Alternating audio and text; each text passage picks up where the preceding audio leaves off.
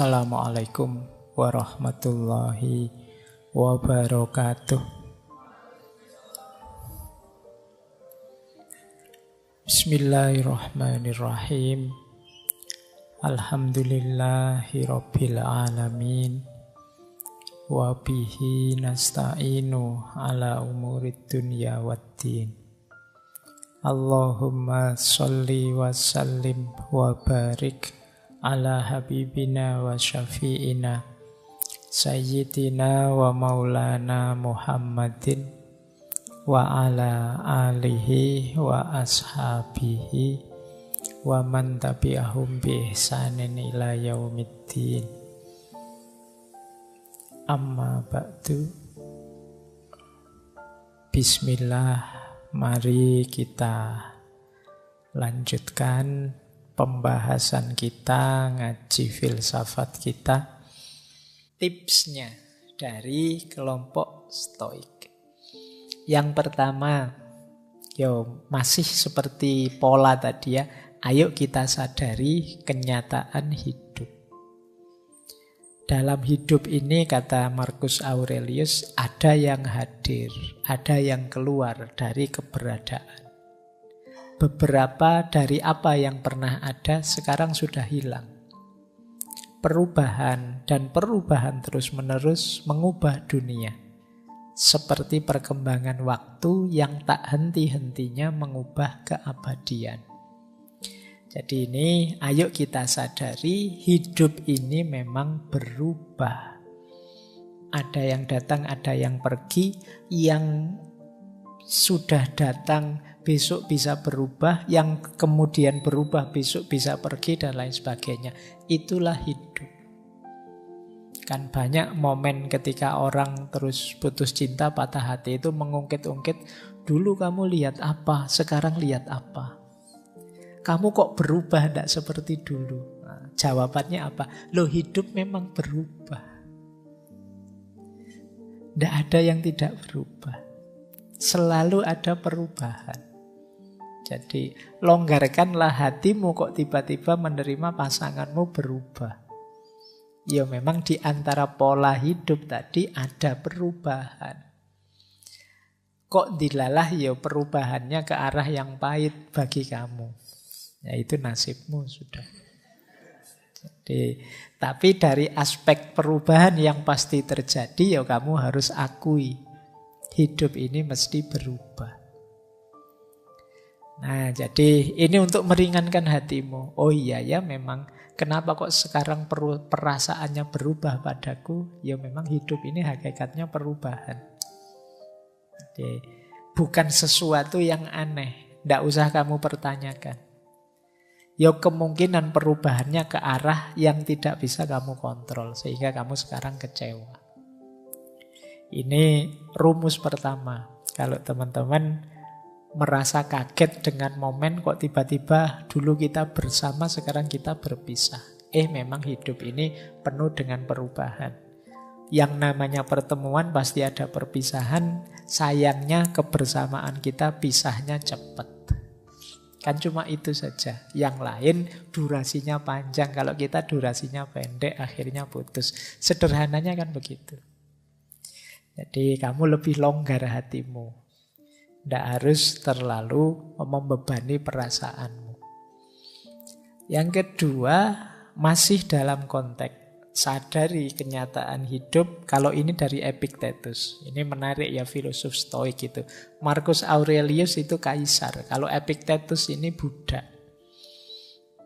Jadi pengikutnya aliran ini dari kaisar sampai Buddha. Kata Epictetus begini, saat engkau mencintai sesuatu, tempatkan di hadapan dirimu posisi yang berlawanan. Apa salahnya saat engkau mencium anakmu, engkau bisikkan dengan suara lirih, besok kamu pun juga akan mati. Dan kepada temanmu, besok kamu yang akan pergi atau aku yang akan pergi, dan kita tidak akan pernah bertemu lagi. Nah ini menarik. Kalau pas kamu lagi hangat-hangatnya pacaran, terus kamu bilang, pada saatnya ya tetap kita akan berpisah.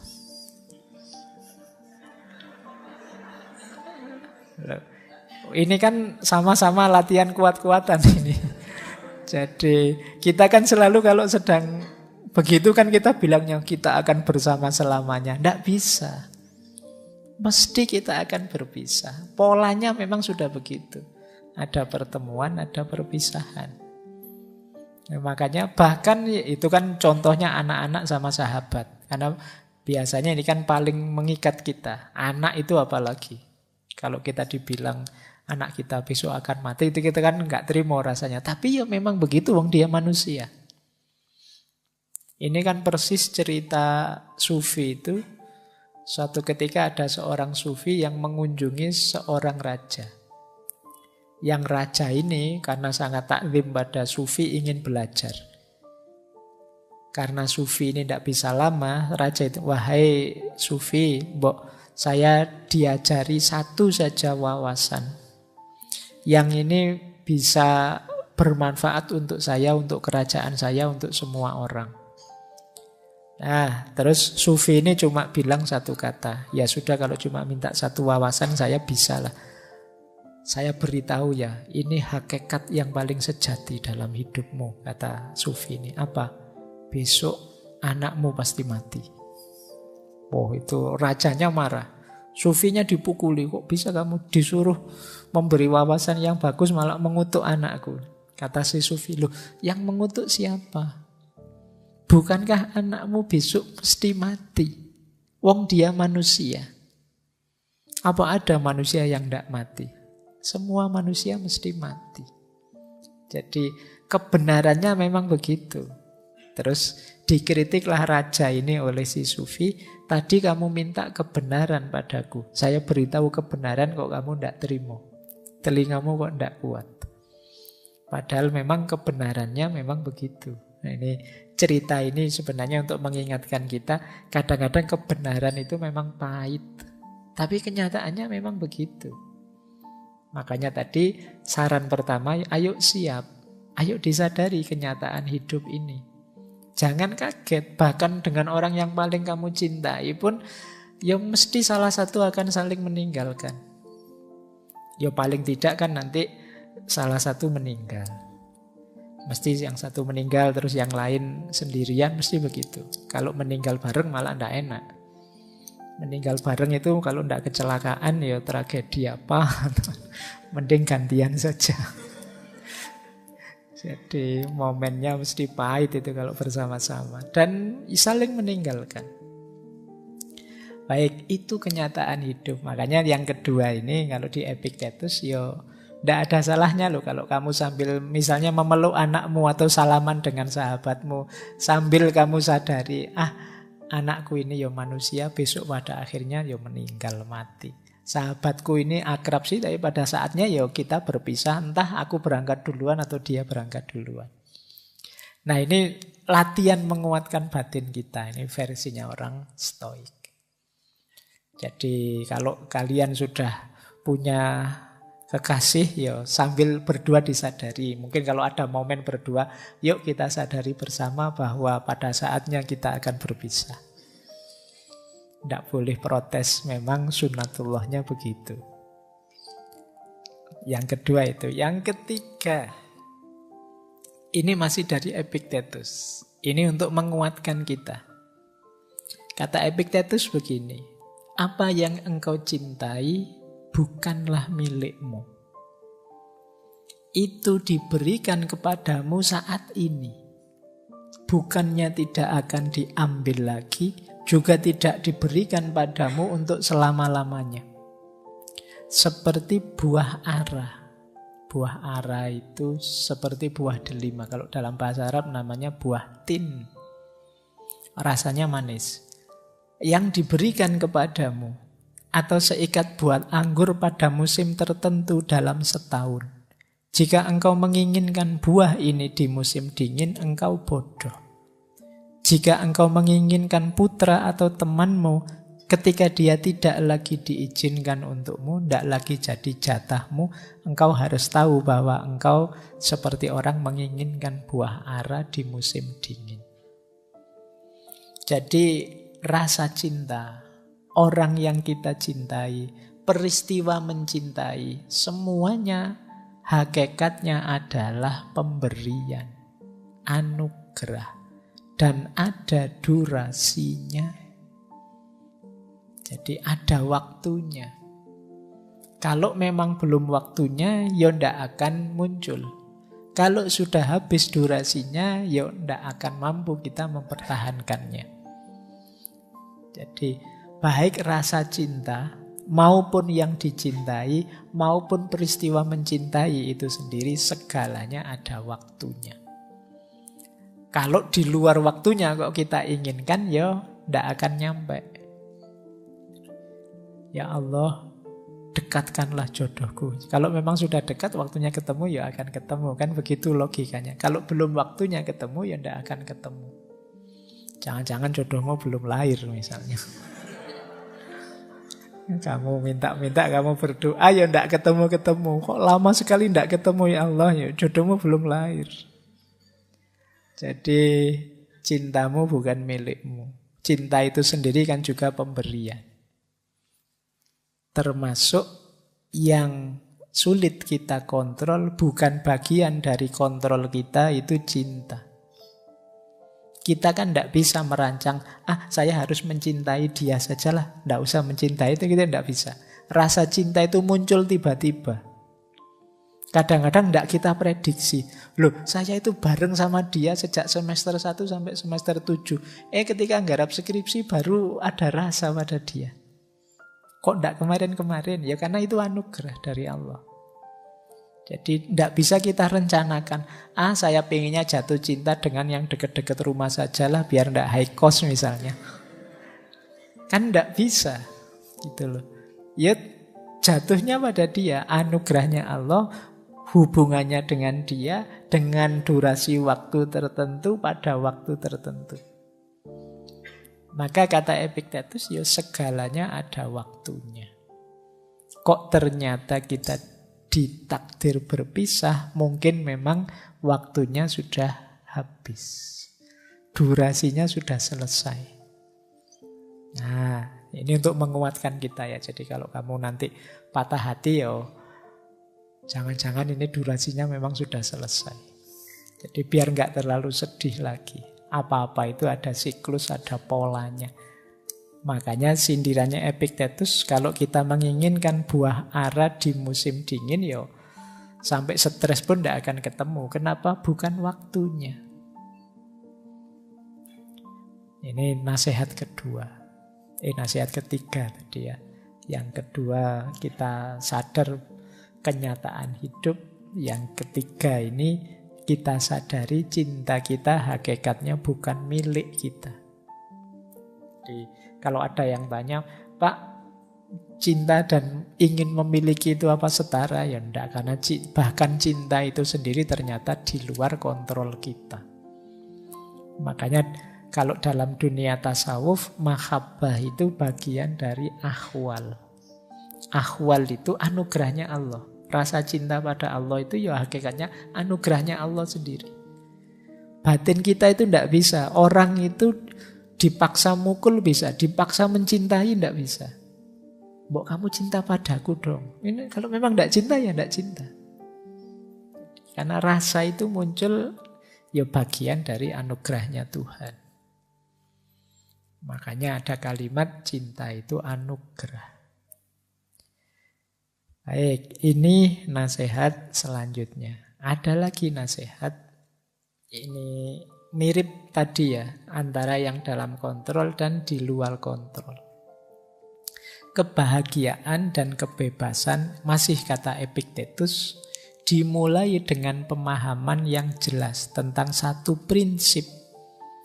Beberapa hal berada dalam kendali kita dan beberapa tidak. Berarti di luar kendali kita.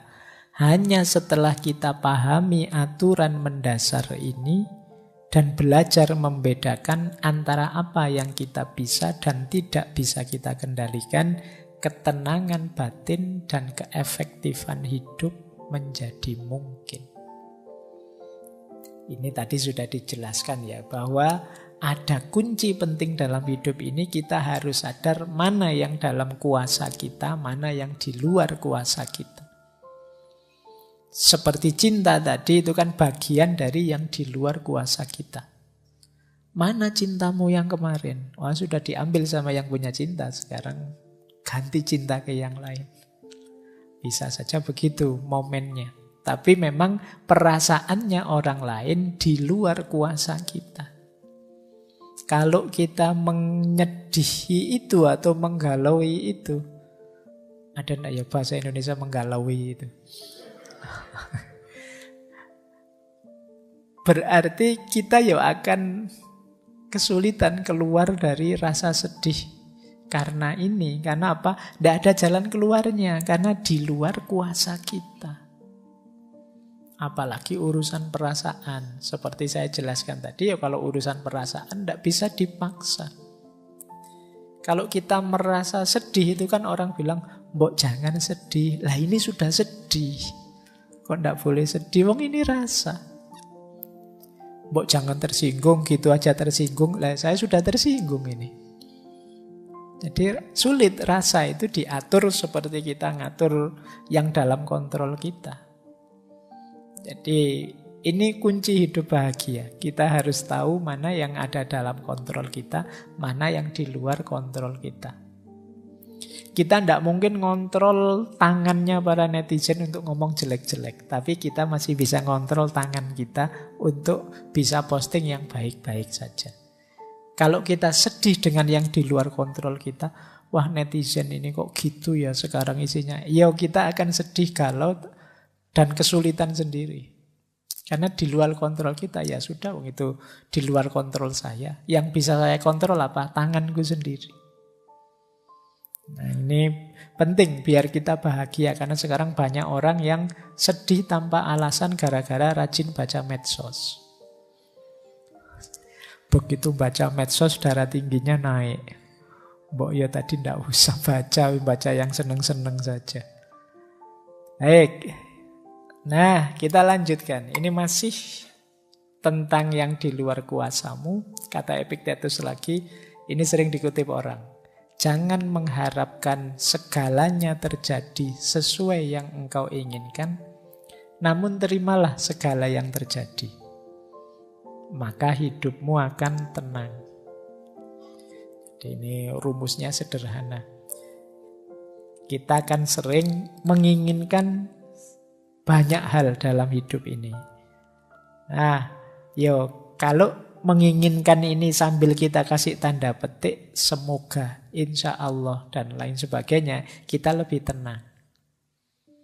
Tapi kalau kita memastikan yang kita inginkan harus terjadi, kita akan lebih banyak stres. Ada lagi yang lebih menenangkan apa? Kita terima segala yang sudah terjadi. Ini lebih menenangkan. Kenyataannya saya ditolak. Wah, kenyataannya saya diputus. Mau gimana lagi, saya terima. Itu lebih menenangkan. Yang paling tidak menenangkan, kita tidak terima dengan yang sudah terjadi. Oh, ini stres double-double kamu. Wong sudah jelas kenyataannya pahit, kamu tidak mau ngakui bahwa itu pahit. Nah, itu sulit sudah. Kayak kamu minum jamu, pahit enggak? Enggak kok, saya kuat. Ya wis, orang enggak akan iya. Ya kalau pahit bilang saja pahit. Kalau memang sulit bilang saja sulit, enggak masalah. Terima saja, akui saja. Tinggal kamu tata ke depannya segala yang ada dalam kontrolmu. Kan cuma itu saja. Yang di luar kontrolmu ya dipasrahkan saja. Ini lebih menenangkan. Jadi kalau kita ingin tenang, memang rumusnya harus tahu yang dalam kontrol dan yang di luar kontrol. Ada lagi, sekarang geser ke Marcus Aurelius. Dia bilang begini. Ini kendalikan pikiran. Jangan biarkan pikiranmu tentang keseluruhan hidupmu menghancurkanmu. Jangan isi pikiranmu dengan segala hal buruk yang mungkin masih akan terjadi. Tetap fokus pada situasi saat ini Dan tanyakan pada diri sendiri, mengapa begitu tak tertahankan dan rasanya tidak dapat bertahan. Ini saat kita sedang pahit ya, sedang mengalami sisi-sisi gelap hidup. Jadi ayo pikirannya tetap positif.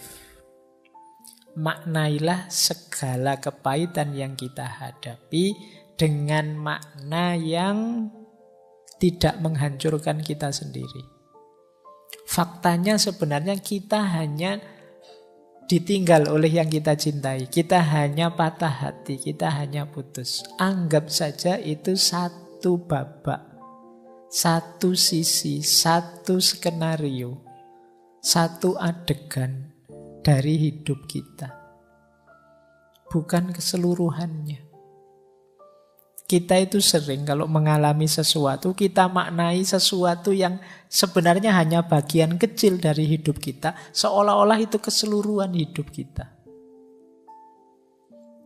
Ditinggal orang yang kamu cintai, itu kan satu bagian, satu sisi dari hidupmu. Masih banyak orang lain yang mencintaimu, masih banyak cerita lain dalam hidupmu, masih banyak dimensi lain dalam hidupmu. Ada mahasiswa yang begitu galaunya karena mata kuliahnya dapat nilai D.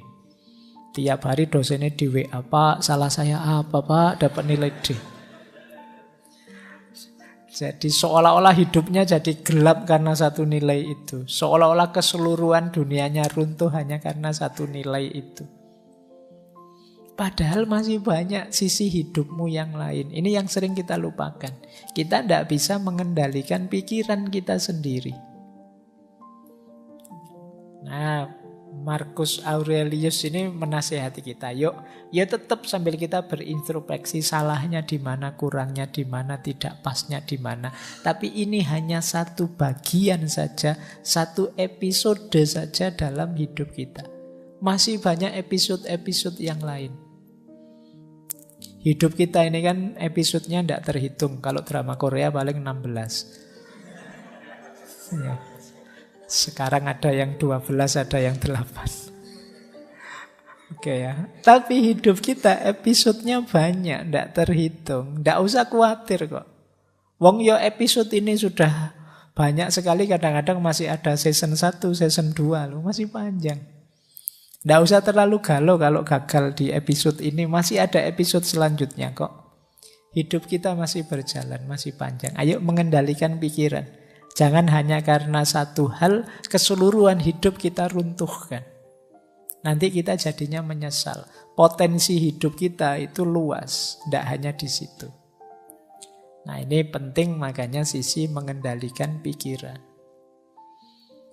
Masih ada lagi tentang mengendalikan pikiran, kata Marcus, kebahagiaan hidupmu tergantung pada kualitas pikiranmu. Oleh karena itu, jagalah sebagaimana mestinya dan berhati-hatilah agar engkau tidak memiliki pikiran yang tidak sesuai dengan kebajikan dan kewajaran. Tidak usah mikir aneh-aneh, maknai saja secara positif dan manfaat, secara bijak dan wajar saja. Jangan terlalu berlebihan. Wajar saja, sedih iya, agak stres iya, bau-bau depresi iya. Tapi ya dinikmati saja ya, pada saatnya ada momen ketika kita harus bangkit lagi. Wong yo episodenya bisa ganti.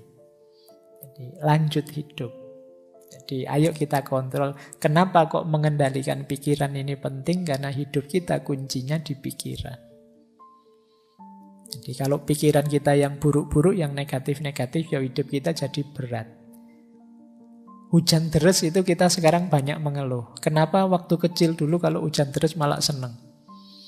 Hujan-hujan, wah seneng hujan-hujan. Sekarang kamu hujan-hujan itu, wah, jalan raya itu paling ngeri kalau pas hujan. Apalagi setelah terang tiba-tiba hujan. Oh itu motor itu sudah banter-banteran mesti. Seolah-olah air itu akan membunuhmu. Padahal cuma air. Kenapa bisa begitu? Pikiranmu yang main. Jadi kamu membayangkan basah kuyup, terus ngereges, terus kamu masuk angin, terus kamu tidak bisa ngapa-ngapain. Ini pikiran itu kan jadi bayanganmu saja. Coba kamu baca secara berbeda. Asik ya hujan-hujan gini, seger ya hujan-hujan ini kan beda. Kamu di lampu merah dibel orang dari belakang. Itu kan kamu terus misuh-misuh. Orang kok tidak telaten, orang kok. Karena kamu membaca bel din itu bel yang memburu-buru kamu. Padahal kalau kamu baca secara berbeda kan mungkin kamu tidak jadi marah. Ketika orang ngebel di belakangmu, coba kamu baca, wah orang di belakang itu sayang sekali padaku ya. Dia mengingatkanku untuk waspada kalau memang lampunya nyala suruh jalan. Oh, kamu noleh bisa terima kasih pada dia. Jadi terima kasih loh ya saya dibel diingatkan untuk waspada. Ya karena kamu membacanya negatif, kamu nganggap dia wah menyusu-nyusu kamu kan kamu terus nganggep orang kok ndak sabaran wong masih merah kok masih ngebel-ngebel. Cara membacamu mungkin salah. Nah, ini pentingnya pikiran. Jadi pemaknaan yang ada di pikiranmu itu menentukan sikapmu terhadap hidupmu. Baik, ya setelah pikiran terkendali, kendalikan dirimu. Apapun yang harus dilakukan, apapun yang dilakukan dan dikatakan orang, aku tetap harus menjadi zamrud dan mempertahankan warnaku. Kata Markus. Sepahit apapun hidup, sejatuh apapun aku tetap harus jadi orang baik. Ini maksudnya. Jadi ayo mengendalikan diri. Jangan karena alasan kecewa, alasan menyesal, alasan patah hati, terus kita mengubah corak kita. Yang semula orang sabar jadi orang ngamuan. Yang semula orang baik sekarang jadi orang yang cuek dan seterusnya. Berarti kita berubah warna. Berarti kita terpengaruh. Kalau bisa ya kita tetap menjadi zamrud dan mempertahankan warna kita. Ini mengendalikan diri kita. Nah, terus Marcus Aurelius kemudian menasehati kita. Rintangan dalam hidup itu hakikatnya adalah jalan.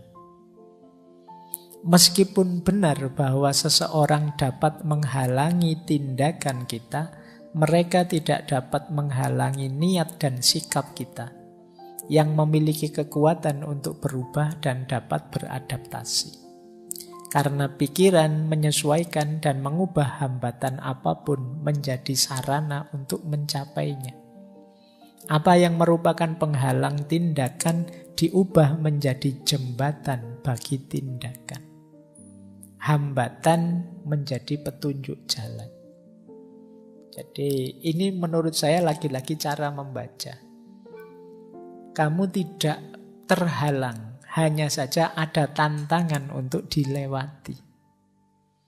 Jadi halangan itu jangan kamu baca sebagai rintangan. Baca saja sebagai tantangan yang harus kamu taklukkan. Pak, saya cinta dia, Pak.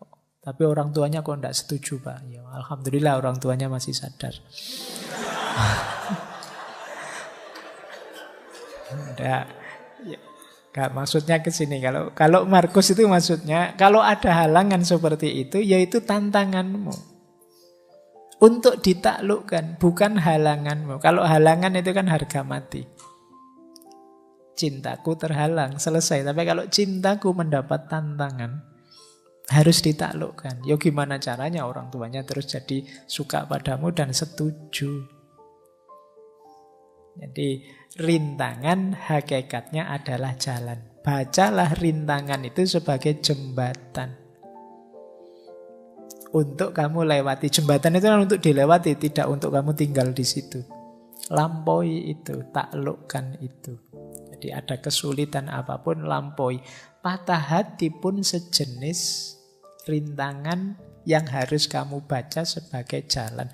Oh, mungkin ini jalan kesuksesanku. Nah, harus aku taklukkan. Aku tunjukkan bahwa aku bisa sukses meskipun tanpa kamu. Ini jadi rintangan, jadi jalan.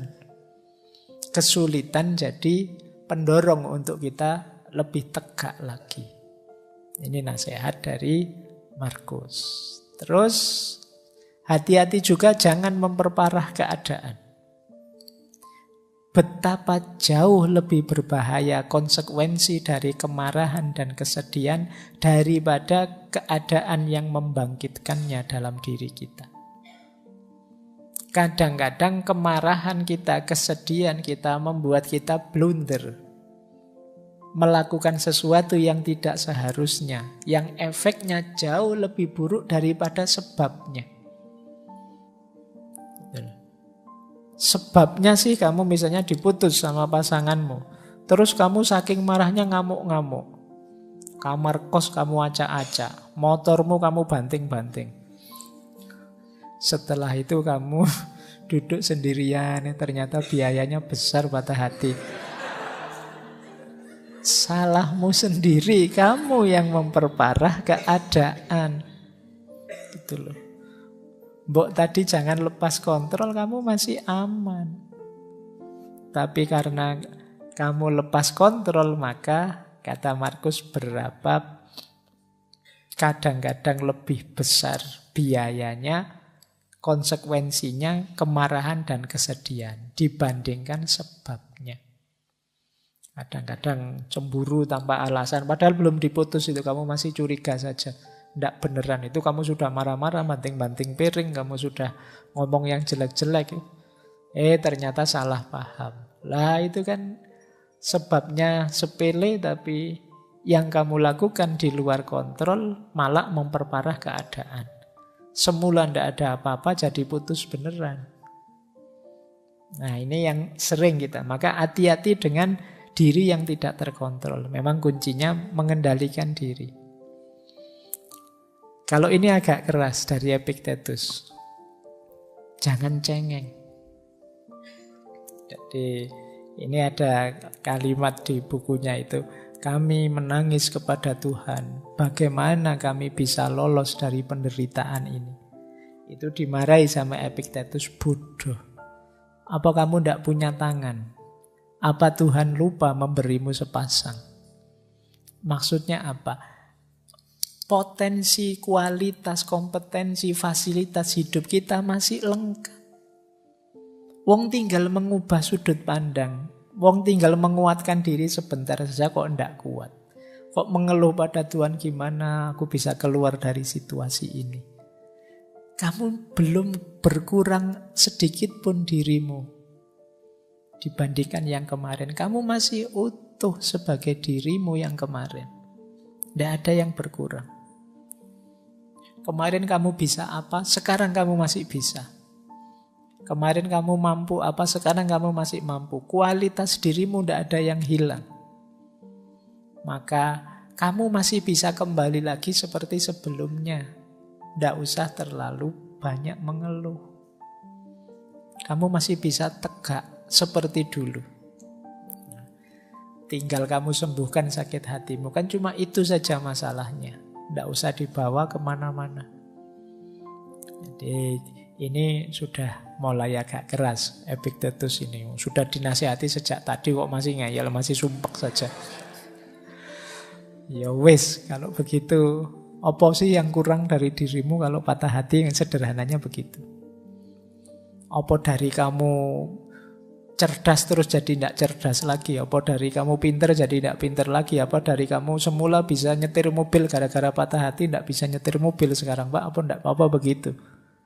Maka jangan cengeng lah, kata Epictetus. Kamu itu kuat kalau mau, kamu hebat kok.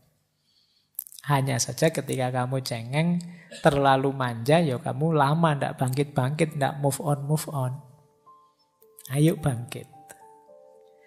Bila perlu ini ditambahi oleh Markus, jangan malu minta bantuan. Tidak apa-apa. Kalau butuh teman ngobrol, teman curhat, di sekelilingmu banyak. Kamu tinggal milih. Kok diputus pasanganmu, tidak usah khawatir. Di sekelilingmu banyak yang bisa kamu sandari. Temanmu, sahabatmu, atau kamu cari yang lain juga insya Allah ada. Asal kamu tidak menutup diri. Jangan malu bertanya. Kata Markus begini, jangan malu saat membutuhkan bantuan. Engkau memiliki kewajiban untuk dipenuhi seperti seorang prajurit di tembok pertempuran. Jadi bagaimana jika engkau terluka dan tidak bisa memanjat tanpa bantuan prajurit yang lain? Jadi manfaatkanlah teman sekelilingmu, orang-orang yang mencintaimu di sekelilingmu sebagai sandaran. Tidak masalah. Jangan malu. Jangan gengsi. Patah hati bukan aib, bukan dosa. Tidak apa-apa. Jadi biasa saja. Itulah dinamikanya orang hidup. Kan memahaminya begitu. Hidup itu naik turun seperti itu. Terus, nah ini lanjutannya. Ini kalau masih tidak sembuh-sembuh. Sakit hatinya. Kenapa kok sakit sekali? Nah itu terus disindir oleh Marcus Aurelius. Saat engkau tersiksa oleh sesuatu dari luar dirimu, rasa sakit itu sebenarnya bukan dari sesuatu itu sendiri, namun dari anggapanmu terhadapnya. Dan engkau memiliki kekuatan untuk mencabutnya kapanpun engkau mau. Tolaklah rasa sakit itu dan rasa sakit itu akan lenyap. Dimarahi sekarang sama Marcus Aurelius. Kok kamu mau bersakit-sakit lama? Sakit atau tidak sakit itu kan tergantung dirimu. Apalagi sakit hati, bukan sakit fisik. Itu kuncinya ada di kita kok. Ada teman yang secara sengaja ngomong nyelekit biar kita tersinggung. Itu tersinggung atau tidak itu kan bisa kita atur. Loh, kamu melecehkan aku ya? Andalah aku tidak tersinggung kok. Oh itu tambah mangkel itu yang melecehkan. Kenapa? Sakit dan tidak sakit ada dalam diri kita. Kita terima atau tidak. Kalau tidak kita terima ya sudah. Beres. Jadi kalau kamu bilang, wah kok rasanya sesakit ini? Ya sudah, kamu singkirkan rasa sakit itu. Kamu bergeraklah maju lagi, move on lagi. Jadi kalau ada yang mengeluh begitu, dalilnya pakai Marcus Aurelius ini. Sakit sekali tapi Pak rasanya ya enggak apa-apa. Atau mengeluhkan pasanganmu.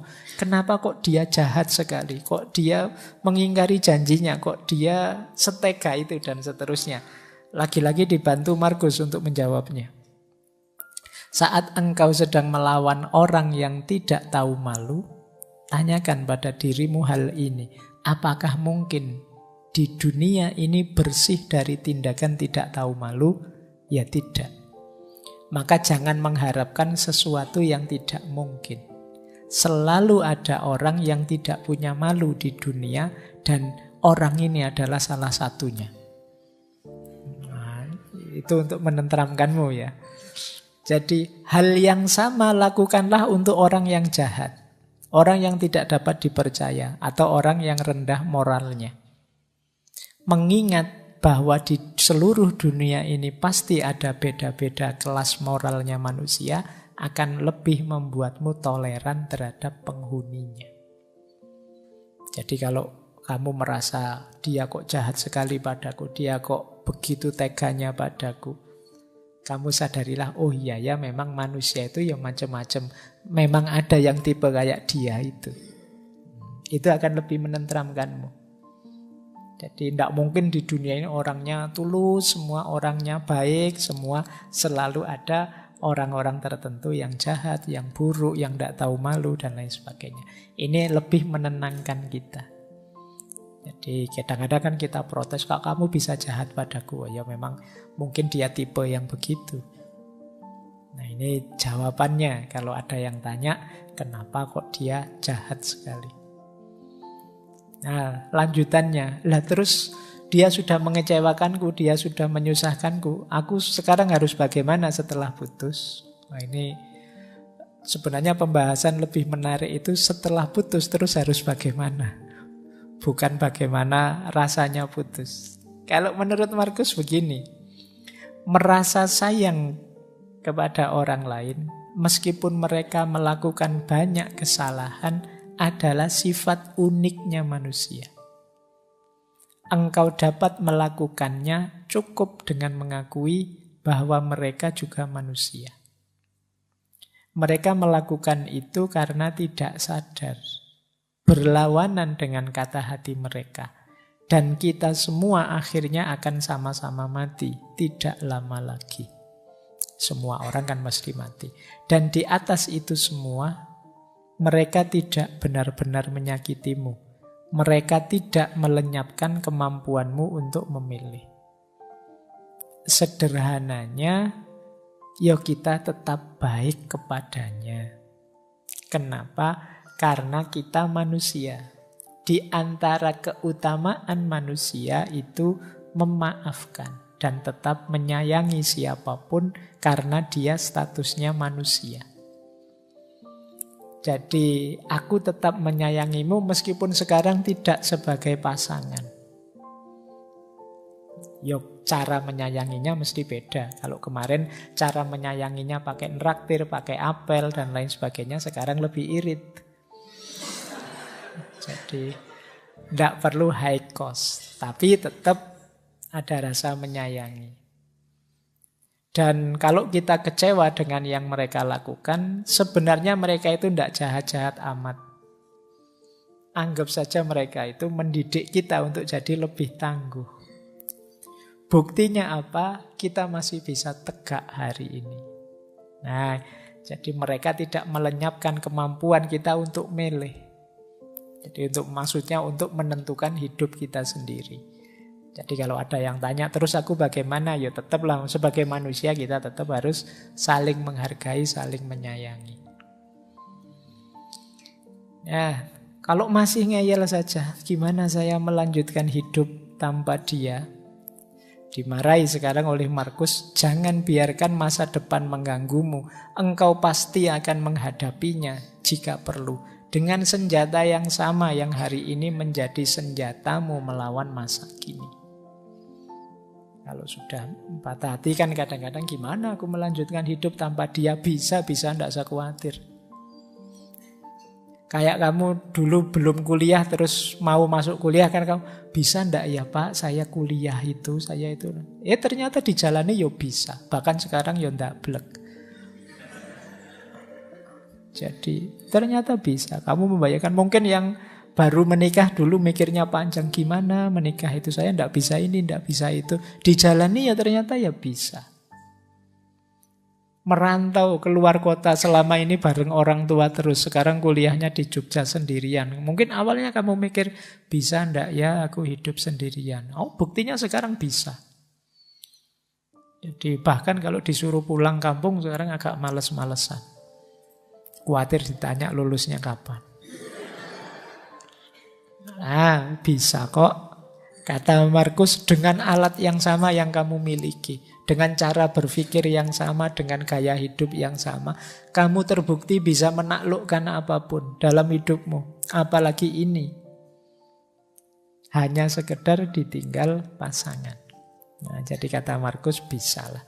Dengan senjata yang sama, yang selama ini engkau miliki. Masih ada, ini yang terakhir. Terus aku dapat apa dari semua yang selama ini aku alami berdua? Ada yang paling penting yang kamu dapat, yaitu pelajaran pendidikan diri. Kata Markus, jika ada sesuatu yang menghalangimu untuk mencapai tujuan tepat waktu, itu adalah kesempatan untuk melatih kesabaran. Jika seseorang menyakitimu, itu adalah kesempatan untuk berlatih memaafkan. Jika ada sesuatu yang sulit merintangimu, itu adalah kesempatan untuk menjadi lebih kuat. Jadi kesulitan apapun, bencana apapun, musibah apapun, kepedihan apapun, hakikatnya adalah medan latihan untuk meningkatkan kualitas diri kita. Apapun itu. Pinter-pinterlah mengambil hikmah, mengambil pelajaran dari apa yang kita alami dalam hidup, termasuk kepahitan-kepahitan hidup yang kita rasakan. Disinilah nanti kita tidak akan menyesali kepahitan-kepahitan hidup yang kita alami, karena ternyata dia jadi sekolahan kita. Jadi dia jadi lembaga pendidikan kita. Jadi lulusan patah hati itu hatinya kuat tangguh. Nah, kita dapat pelajaran berharga dari situ. Ya, jadi kan Ada yang alumni patah hati, ada yang alumni dapat nilai E, ada yang alumni kantongnya kempes terus, ada yang alumni itu kesulitan hidup kita kan seputar itu. Nah, kalau kita lulus dari situ kita jadi manusia yang lebih tangguh. Bandingkan dengan orang yang hidupnya mulus terus tidak pernah susah. Secara kepribadian dia tidak akan tangguh. Makanya kalau kalian sering ikut lomba-lomba, bagi saya lebih berharga kalau kamu kalah karena kamu latihan mentalmu. Kalau menang itu gampang secara mental, tapi kalah itu berat. Nah, kalau kamu terlatih kalah itu enak. Biasa kalah. Tapi kalau menang, alhamdulillah menang. Loh, yang sering membuat kita lepas kendali itu kan ketika kita kalah. Tapi kalau kita sudah tangguh di situ, apa sih kepahitan hidup yang harus saya alami? Yang paling pahit toh sudah saya alami. Kamu semakin tangguh.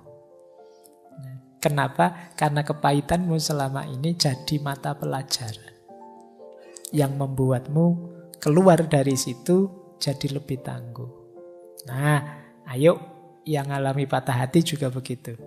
Jadikan momen patah hati ini sebagai sekolahan. Kalau kata Ki Hajar itu kan setiap tempat adalah sekolah, ya berarti setiap patah hati adalah pelajaran.